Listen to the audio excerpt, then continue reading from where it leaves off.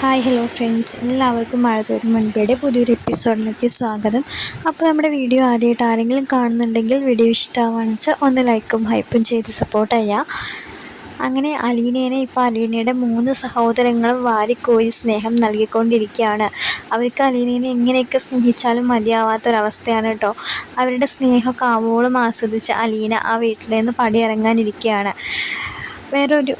മറ്റൊന്നുമല്ല, അലീനയെ കൂട്ടിക്കൊണ്ടു പോകാൻ വേണ്ടിയിട്ട് അവളുടെ അച്ഛനായിട്ടുള്ള ശരിക്കും അവളുടെ അച്ഛനായിട്ടുള്ള സ്റ്റാൻലി ഈ കഥയിലേക്ക് കടന്നു വരികയാണ്. അയാൾ വരാനുള്ള കാരണം അല്ലെങ്കിൽ അയാൾ വരാനുള്ള സാഹചര്യം ഒരുക്കുന്നത് വേറെ ആരും ആയിരിക്കില്ല, ഗംഗാധരനായിരിക്കും കേട്ടോ. തൻ്റെ സബോർഡിനേറ്റ് ആയിരുന്ന സ്റ്റാൻലിയെ കണ്ട് ഇവിടുത്തെ കാര്യങ്ങൾ ധരിപ്പിക്കുകയും അലീനയെ കൂട്ടിക്കൊണ്ടു പോകാൻ അപേക്ഷിക്കുകയും ചെയ്യുന്നുണ്ട്. അലീനയ്ക്ക് മെച്ചപ്പെട്ട രീതിയിലുള്ളൊരു ജീവിതം കൊടുക്കാൻ ഞങ്ങൾക്കൊക്കെ കഴിയും, പക്ഷേ ഇപ്പോൾ അതിന് ഞങ്ങൾക്ക് സാധിക്കില്ല. മറ്റൊന്നും കൊണ്ടല്ല, ഞങ്ങളുടെ വീട്ടിലെ സിറ്റുവേഷൻസ് അങ്ങനെയാണ്, തൻ്റെ കുടുംബത്തിലെ സിറ്റുവേഷൻസ് ഇപ്പോൾ ഇങ്ങനെയാണ്.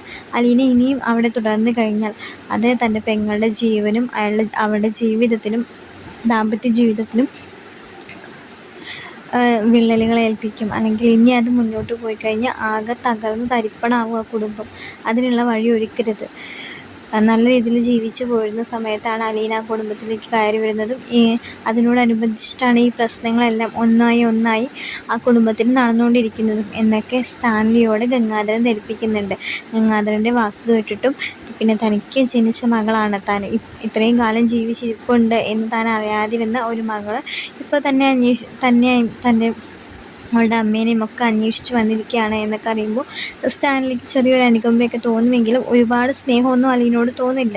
എന്നാലും ഗംഗാധരൻ്റെ നിർബന്ധത്തിന് വഴങ്ങിയിട്ട് വൈജയുടെ ജീവിതം വല്ലാത്തൊരു കുരുക്കിലേക്ക് പോകണ്ട എന്നൊക്കെ കരുതി അലീനയെ കൂട്ടിക്കൊണ്ടു പോവാൻ നെടുമ്പരിക്കൽ വീട്ടിലേക്ക് അയാൾ എത്തുന്നുണ്ട്. പക്ഷേ ഇയാൾ ഇങ്ങനെ ഒരാൾ വരും എന്നുള്ള കാര്യമൊന്നും നമ്മുടെ ബാലചന്ദ്രനോ ആ വീട്ടിലുള്ള ഒരാൾക്കും അറിയില്ല കേട്ടോ.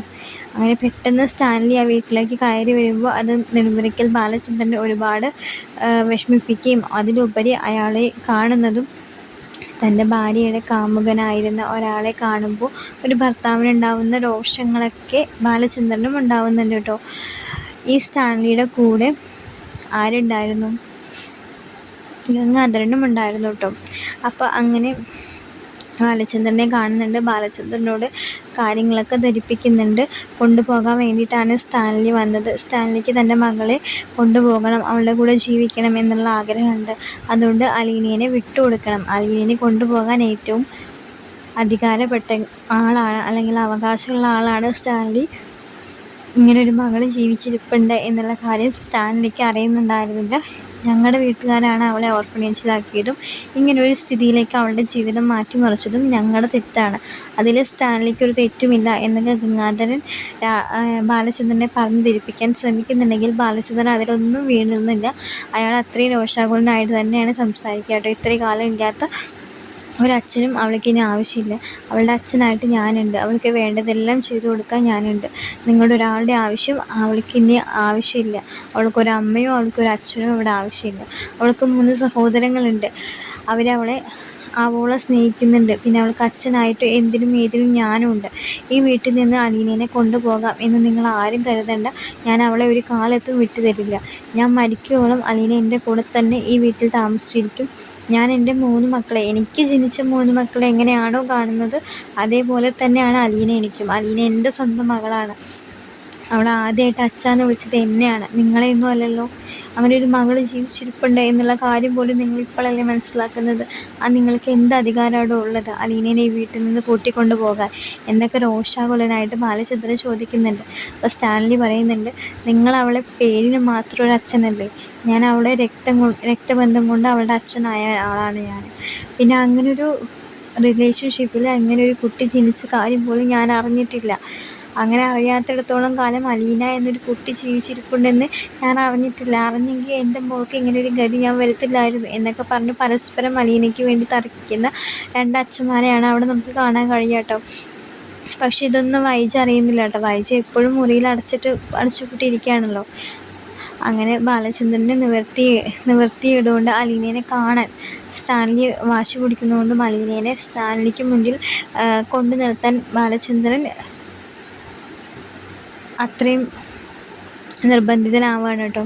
അങ്ങനെ അലീനയെ റൂമിലേക്ക് വിളിച്ചു വരുത്തി സ്റ്റാൻലിയെ പരിചയപ്പെടുത്തി കൊടുക്കുന്നുണ്ട്.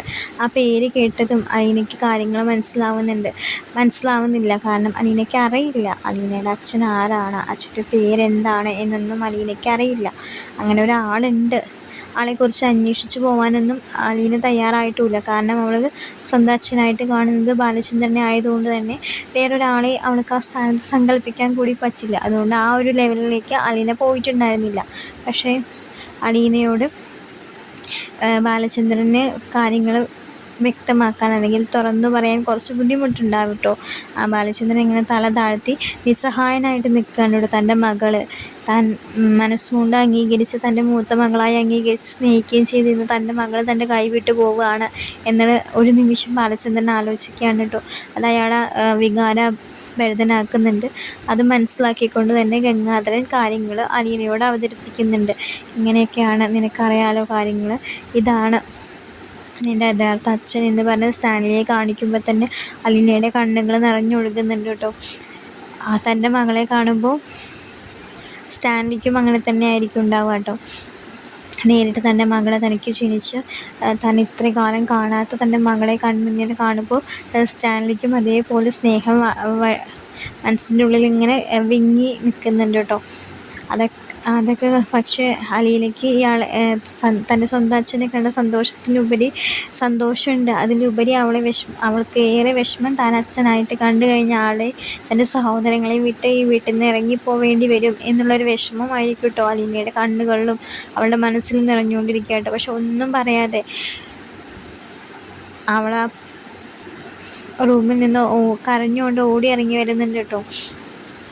എന്നിട്ട് കിച്ചണിൽ പോയിട്ട് നിന്ന് കരയുന്നുണ്ട് കേട്ടോ. ഇത് കണ്ടതും ബാലചന്ദ്രൻ കൂടെ ഇറങ്ങി വരുന്നുണ്ട്. എന്നിട്ട് പറയുന്നുണ്ട്, എന്ത് വെച്ച് മോളെ എന്ന് ചോദിച്ച് അവളുടെ പുറകിൽ തട്ടി വിളിക്കുന്നുണ്ട്. അപ്പോൾ അലീന പറയുന്നുണ്ട്, ഞാൻ പോവില്ല അച്ഛാ, എനിക്ക് നിങ്ങളെ ഒന്നും വിട്ട് ഈ വീട്ടിൽ നിന്ന് പോകാൻ പറ്റില്ല, നിങ്ങളാണ് എൻ്റെ എല്ലാം, നിങ്ങൾ മാത്രം മതി എനിക്ക് എന്നൊക്കെ പറഞ്ഞ് ബാലചന്ദ്രനെ പിടിച്ച് പൊട്ടിക്കരയുന്നുണ്ട് കേട്ടോ. ബാലചന്ദ്രനെ കെട്ടിപ്പിടിച്ച് പൊട്ടിക്കരയുന്ന അലീന ഇങ്ങനെ നിൽക്കുന്നുണ്ട്. അപ്പോൾ അലീനയുടെ മുടിയിഴകൾ ഇങ്ങനെ തലോടി ബാലചന്ദ്രൻ പറയുന്നുണ്ട്, നിനക്ക് പോകാൻ ഇഷ്ടമില്ലെങ്കിൽ എന്നെ ഞാൻ ആർക്കും വിട്ടുകൊടുക്കില്ല, നീ എൻ്റെ മകളാണ്, എൻ്റെ സ്വന്തം മകളാണ് എന്നൊക്കെ പറയുന്നുണ്ട് കേട്ടോ. ഈ സമയത്തായിരിക്കും കേട്ടോ അലീനയെ കെട്ടിപ്പിടിച്ച് നിൽക്കുന്ന ബാലചന്ദ്രനെ കെട്ടിപ്പിടിച്ച് നിൽക്കുന്ന അലീനയുടെ നെറുകിൽ തലോടി നിൽക്കുന്ന ബാലചന്ദ്രനെയും കണ്ടുകൊണ്ടായിരിക്കും കേട്ടോ കിച്ചണിലേക്ക് നമ്മുടെ വൈജയന്തി കടന്നു വരാം കേട്ടോ. കുട്ടികളൊന്നും ആ വീട്ടിലില്ലാത്തൊരു ദിവസമായിരിക്കും കേട്ടോ അത്. ഇത് കണ്ടതും വൈജയുടെ കൺട്രോൾ പോകാൻ കേട്ടോ. വൈജ അല്ലെങ്കിലും ഇവരെ മറ്റൊരു രീതിയിലാണല്ലോ തെറ്റിദ്ധരിച്ച് വെച്ചിരിക്കുന്നത്. അപ്പോൾ വൈജയ്ക്ക് ഇത് ഒട്ടും അക്സെപ്റ്റ് ചെയ്യാൻ പറ്റുന്ന ഒരു കാര്യമായിരുന്നില്ല കേട്ടോ. വൈജ പൊട്ടിത്തെറിക്കുന്നുണ്ട്. വൈജയുടെ വായിൽ നിന്ന് പല അസഭ്യ വാക്കുകളും വരുന്നുണ്ട് കേട്ടോ. അത്രയും മോശമായ രീതിയിൽ അച്ഛനെയും മകളാണ് എന്നൊക്കെ പറഞ്ഞ് ഈ വീട്ടിൽ നാടകം അഭിനയിക്കുകയായിരുന്നു. എൻ്റെ മക്കളെ നീ കയ്യിലെടുത്തു, എല്ലാവരും കയ്യിലെടുത്തു, ഈ സ്വത്തുക്കൾ കയ്യിലെടുത്തു, ഇപ്പം എൻ്റെ ഭർത്താവിനെ കെട്ടിപ്പിടിച്ച് ഈ വീട്ടിൽ നിൽക്കാൻ എനിക്ക് എങ്ങനെ തോന്നുന്നുണ്ട് എന്നൊക്കെ പറഞ്ഞ് വളരെ മോശമായ രീതിയിൽ അലീനയെ അസഭ്യ വാക്കുകൾ പറയുന്നുണ്ട്. അത് കേട്ടതും ബാലചന്ദ്രന് ഒന്നാമത് അലീന കൈവിട്ടു പോകും എന്നുള്ളൊരു വിഷമം മനസ്സിൽ വിങ്ങി നിൽക്കുമ്പോഴാണ് ഈ വൈജയുടെ ഇതുമാതിരിയുള്ള കുത്തുവാക്കുകൾ കേൾക്കുമ്പോൾ ബാലചന്ദ്രൻ്റെ കൺട്രോൾ പോവുകയാണ് കേട്ടോ. ബാലചന്ദ്രൻ പറയുന്നത്, നിർത്തടി അഴിഞ്ഞടക്കാരി, നീ കാരണമാണ് ഈ കുടുംബം നശിച്ചു പോയത്, ഇവൾ ആരാന്ന് വെച്ചിട്ടാണ് നീ നിൻ്റെ വായി തുണിയത് വിളിച്ച് പറയുന്നത്. അപ്പോൾ വൈജയും തിരിച്ചു പറയുന്നുണ്ട്, ആരാണെന്ന് നിങ്ങൾക്ക് മനസ്സിലായില്ലേ, ഇത്രയും ദിവസം എല്ലാവരെയും പൊട്ടന്മാരാക്കി, ഇത് എൻ്റെ മകളാണെന്ന് പറഞ്ഞിട്ട് ഇപ്പോൾ അഴിഞ്ഞാട്ടക്കാരിനെ കെട്ടിപ്പിടിച്ച് നിൽക്കുക, നിങ്ങൾക്ക് നാണമില്ലല്ലോ, മക്കളാരും ഇല്ലല്ലോ കാണാൻ, ഞാനാണിച്ച് മുറിയിൽ പുറത്തേക്ക് വരില്ല എന്ന് വിചാരിച്ചിട്ടാണോ നിങ്ങളിതൊക്കെ കാണിച്ചു കൂട്ടുന്നതെന്ന് പറയുമ്പോൾ ബാലചന്ദ്രൻ പറയുന്നുണ്ട്, വാക്കുകൾ സൂക്ഷിച്ചുപയോഗിക്കണം, ഇവൾ ആരാണെന്ന് അറിഞ്ഞു കഴിഞ്ഞാൽ നിൻ്റെ വായിൽ നിന്നൊരു അക്ഷരം പുറത്തു വരില്ല, അതിനുള്ള സാഹചര്യം നീ ഉണ്ടാക്കരുത്, എന്താണ് വൈജി നിനക്ക് പ്രശ്നം എന്നൊക്കെ പറഞ്ഞ് രണ്ടുപേരും വഴക്കാവുന്നുണ്ട്. ഇത് കണ്ടുകൊണ്ടാണ് ഗംഗാധരനും സ്റ്റാൻലിയും മോളിൽ നിന്ന് താഴത്തേക്ക് വരുന്നത് കേട്ടോ. അവരെ കണ്ടതും ബാലചന്ദ്രൻ പൊടുന്നതിനെ തന്നെ സംസാരം നിർത്തുന്നുണ്ട് കേട്ടോ. അലീനയ്ക്ക് കാണിച്ച് വിഷമാവുന്നുണ്ട് കേട്ടോ. അപ്പോൾ ഗംഗാധരൻ പറയുന്നുണ്ട് കേട്ടോ. ഗംഗാധരൻ പെട്ടെന്ന് വൈജി പറഞ്ഞുകൊണ്ടിരിക്കുന്ന സംഭാഷണം നിർത്തിപ്പിക്കുന്ന തരത്തിൽ ഗംഗാധരൻ വൈജി എന്ന് വിളിക്കുന്നുണ്ട് കേട്ടോ. അത് കേട്ടതും വൈജി പിന്നിലേക്ക് തിരിഞ്ഞു നോക്കുമ്പോൾ കാണുന്നത് സ്റ്റാൻലിയുടെയും ഗംഗാധരനെയാണ് കേട്ടോ. സ്റ്റാൻലിനെ കണ്ടതും വൈജ പൊടുന്നതിനെ ഷോക്കായി നിൽക്കുന്നുണ്ട് കേട്ടോ. തൻ്റെ ഓർമ്മകളിലേക്ക് വഹിച്ച് പോകുന്നുണ്ട്. ഞെട്ടി നിൽക്കുന്നുണ്ട്. ബാലചന്ദ്രൻ ബാക്കിൽ നിൽക്കുന്നുണ്ട്, അലീന നിൽക്കുന്നുണ്ട്. അതൊക്കെ വഹിച്ച് ഓർക്കുന്നുണ്ട് കേട്ടോ.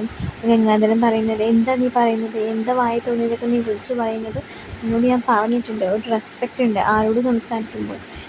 അതല്ല ഗംഗേട്ടാ, ഞാൻ കണ്ട കാഴ്ച. എന്ത് കാഴ്ച കണ്ടു, എന്താണ് നീ കണ്ടത്? ഇവർ രണ്ടുപേരും എന്തെങ്കിലും പറഞ്ഞു തുടങ്ങിയിട്ട് കണ്ട കാഴ്ച വഹിച്ച് വിശദീകരിക്കുന്നുണ്ട്. അപ്പോൾ ഗംഗാധരൻ പറയുന്നുണ്ട്, അതിനെന്താ, അവർ തമ്മിൽ എന്ത് ബന്ധമാണുള്ളതെന്ന് എല്ലാവർക്കും അറിയാം. നീ മാത്രമാണ് അതിനെ തെറ്റിദ്ധരിച്ച് ഇങ്ങനെ ഓരോന്നും ഉണ്ടാക്കി പറയുന്നതും ഓരോന്ന് വായി തോന്നിയിട്ട് വിളിച്ച് പറയുന്നത് നിൻ്റെ തെറ്റാണ്, നിൻ്റെ കണ്ണിൻ്റെ കുഴപ്പമാണ്, നിൻ്റെ ചിന്താഗതിയുടെ കുഴപ്പമാണ് എന്നൊക്കെ പറഞ്ഞ് വൈജി കുറ്റം പറയുന്നുണ്ട്. അപ്പോൾ വൈജി പറയുന്നുണ്ട്, എന്നെ കുറ്റം പറയാനാണോ ഗംഗേട്ടൻ ഇപ്പോൾ ഇങ്ങോട്ട് വന്നത്? എന്തിനാ എപ്പോഴും എന്നെ മാത്രം കുറ്റം പറയുന്നത്? പിന്നെ ആരെ പറയണം? നീയാണ് ഈ കുടുംബത്തിലെ എല്ലാ പ്രശ്നങ്ങൾക്കും കാരണം. ഇവൾ ആരാണെന്ന് കരുതിയിട്ടാണ് നീ ഇതൊക്കെ വിളിച്ച് പറയുന്നത്? നീ അത്ര പതിവ്രതയൊന്നുമല്ലല്ലോ. നിൻ്റെ എല്ലാ കാര്യങ്ങളും അറിഞ്ഞിട്ടാണ് ബാലചന്ദ്രൻ നിൽക്കുന്നത്. ഇതാരാണെന്ന് നിനക്ക് മനസ്സിലായില്ലേ എന്നൊക്കെ ചോദിച്ച് വൈജയനെ ക്വസ്റ്റ്യൻ ചെയ്യുന്നുണ്ട്. അപ്പോൾ വൈജു പറയുന്നത്, വൈജു ഒന്നും മിണ്ടാതെ നിൽക്കാനുണ്ടോ? അപ്പോൾ ബാലചന്ദ്രൻ പറയുന്നുണ്ട്, നീ ഈ 23 വർഷം എന്നെ ചതിച്ച് എൻ്റെ ജീവിതം നശിപ്പിച്ച് ജീവിക്കുകയായിരുന്നില്ലേ ഈ വീട്ടിൽ? നീ എന്തൊക്കെയാണ് ഇവിടെ കാണിച്ചു കൂട്ടിയിരുന്നത് നിനക്ക് വല്ല ബോധമുണ്ടോ? പിന്നെ ഈ 23 വർഷം നീ ചതിച്ചതും വഞ്ചിച്ചതും എന്നെ മാത്രമല്ല, ഇവളെയും കൂടിയാണ്. ഇവളെ എന്ന് പറഞ്ഞാൽ അലീനയെ ചൂണ്ടിക്കാണിക്കുന്നുണ്ട്. അപ്പോൾ വൈജിക്കൊന്നും മനസ്സിലാവുന്നില്ല കേട്ടോ.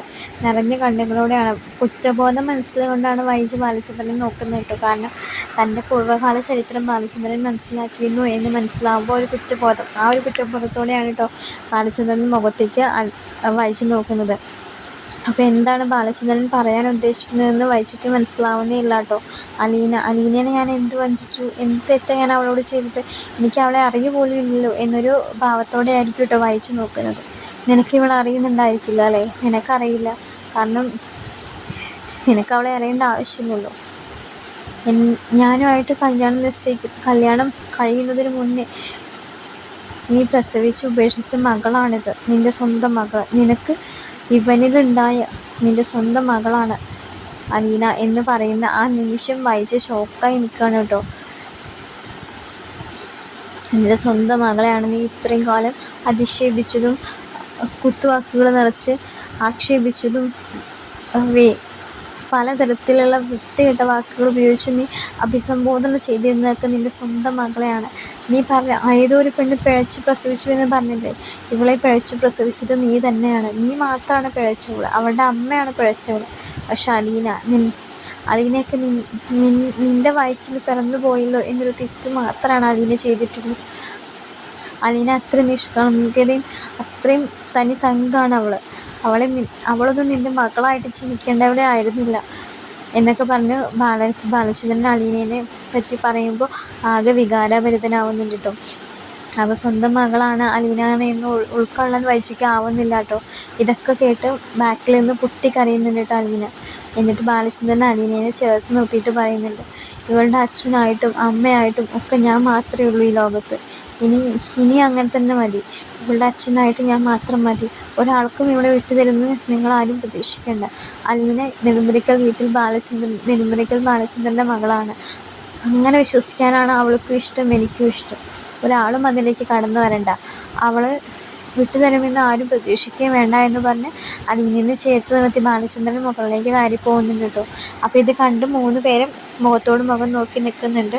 അലീന തൻ്റെ മകളാണ് എന്ന് മനസ്സിലാക്കിയ നിമിഷം വൈജിക്ക് ഒന്നും എന്താന്ന് തിരിച്ചറിവില്ലാത്ത രീതിയിൽ തലയിൽ കൈവച്ച് ഡൈനിങ് ടേബിളിൻ്റെ അടുത്തിരിക്കുന്ന ഒരു കസേരയിലേക്ക് വൈജയന്തി ഇരിക്കുന്നുണ്ട്. തനിക്ക് തല കറങ്ങുന്നത് പോലെ താൻ അവളോട് ചെയ്ത കാര്യങ്ങളൊന്നൊന്നായി തൻ്റെ കൺമുന്നിൽ വന്നുകൊണ്ടേ ഇരിക്കുന്നുണ്ട് വൈജയന്തിക്ക് എന്ത് ചെയ്യണമെന്നറിയാതെ ആ കസേരയിൽ തലയ്ക്ക് മേലിൽ 2 കൈയും വെച്ച് വൈജയന്തി പൊട്ടിക്കരഞ്ഞുകൊണ്ടിരിക്കുകയാണ് കേട്ടോ. ഇങ്ങനൊരു മകൾ തനിക്ക് ഉണ്ടായിരുന്നു, മകൾ മരിച്ചുപോയി എന്നല്ല എല്ലാവരും തന്നെ പറഞ്ഞ് വിശ്വസിപ്പിച്ചിരുന്നത്. പക്ഷെ അവൾ ഇന്ന് എൻ്റെ കൺമുന്നിൽ ജീവിച്ചിരിക്കുന്നുണ്ട്. തൻ്റെ മകളാണെന്ന് പോലും എനിക്ക് തിരിച്ചറിയാൻ പറ്റിയിട്ടുണ്ടായിരുന്നില്ല. അവൾ തന്നോട് പറഞ്ഞ ഓരോ വാക്കുകളും വൈജയന്തി ഓർത്തെടുക്കുന്നുണ്ട് കേട്ടോ. അതിൽ ഒരുപാട് കുറ്റബോധവും വിഷമവും വൈജയന്തിക്ക് തോന്നുന്നുണ്ട് കേട്ടോ. അങ്ങനെ പൊടുന്നതിന് വൈജയന്തി അവിടെ കുഴഞ്ഞു വീഴാണ് കേട്ടോ. അപ്പോഴേക്കും ഗംഗാധരനും സ്റ്റാൻലി കൂട്ടി വൈജയന്തിനെ ഹോസ്പിറ്റലിലേക്ക് എത്തിക്കുന്നുണ്ട്. അവിടുന്ന് ബോധം വരുന്ന വൈജയന്തി കുറേ വിഷമങ്ങളും സങ്കടങ്ങളൊക്കെ ഗംഗാധരനായിട്ട് പങ്കുവെക്കുന്ന എപ്പിസോഡ്സൊക്കെ വരാൻ പോകുന്നതാണ്. അപ്പോൾ നമ്മുടെ വീഡിയോ ഇഷ്ടമാണെന്ന് വെച്ചാൽ എല്ലാവരും ഒന്ന് ലൈക്ക് ചെയ്യണം, സബ്സ്ക്രൈബ് ചെയ്യണം. Thank you.